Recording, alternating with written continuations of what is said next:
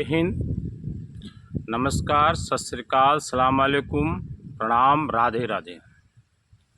आप देख रहे हैं अपना चैनल तेजू फौजी। आज का शीर्षक है समस्या का समाधान। किसी गांव में एक आदमी रहता था जो हमेशा समस्या से परेशान रहता था और अपनी समस्या हर किसी को सुनाना चाहता था।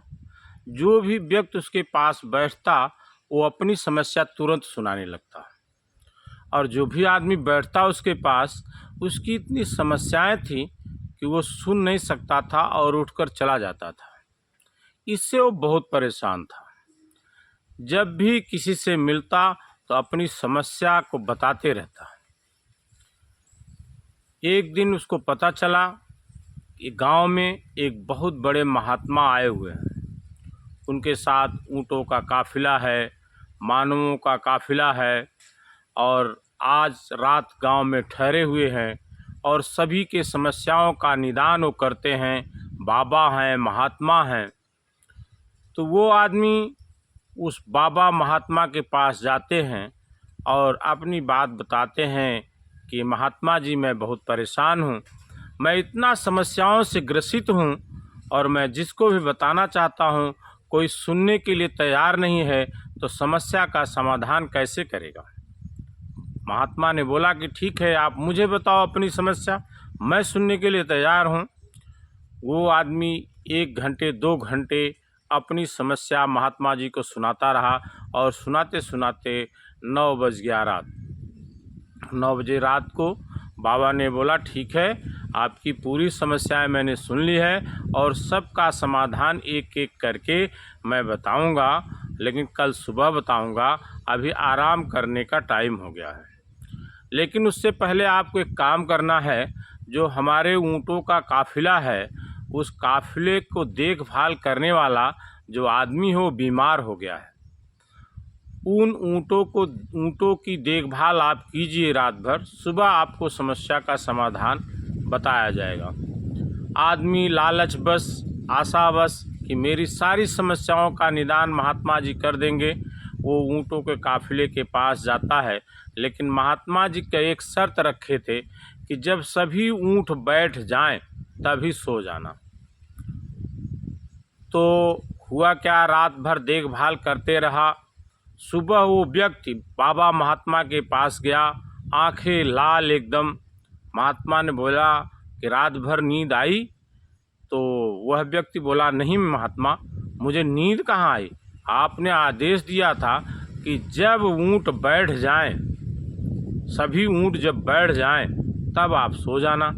तो एक ऊँट बैठाता था कि दूसरा उठ जाता था, दूसरा बैठाता था तो तीसरा उठ जाता था।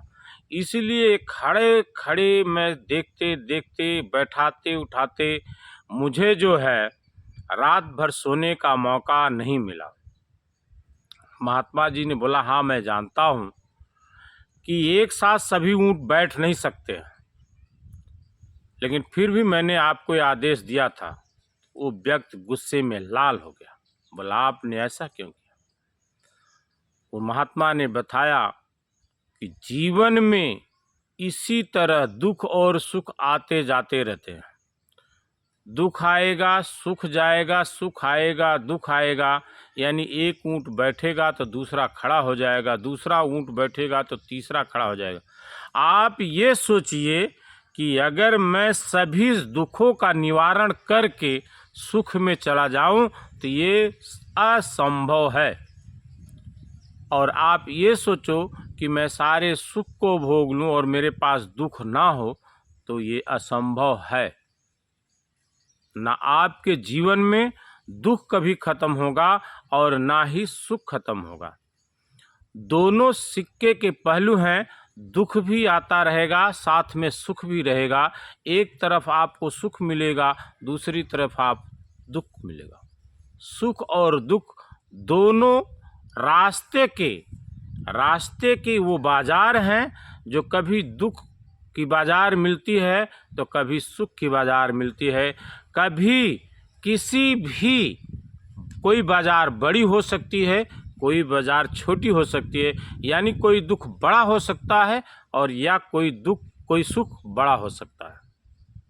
तो ये दुख सुख के बीच में आप जो है अपने जीवन को जीते रहिए।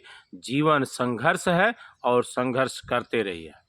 इस कहानी से यही प्रेरणा मिलती है कि जीवन संघर्ष है और इस जीवन के रास्ते पर दुख सुख की बाजारें लगी रहेंगी। कोई बाजार छोटी होगी, कोई बाजार बड़ी होगी, कोई दुख आपको बड़ा और कोई दुख आपको छोटा महसूस होता रहेगा और जीवन की कड़ियाँ यही चलती रहेगी। धन्यवाद। जय हिंद।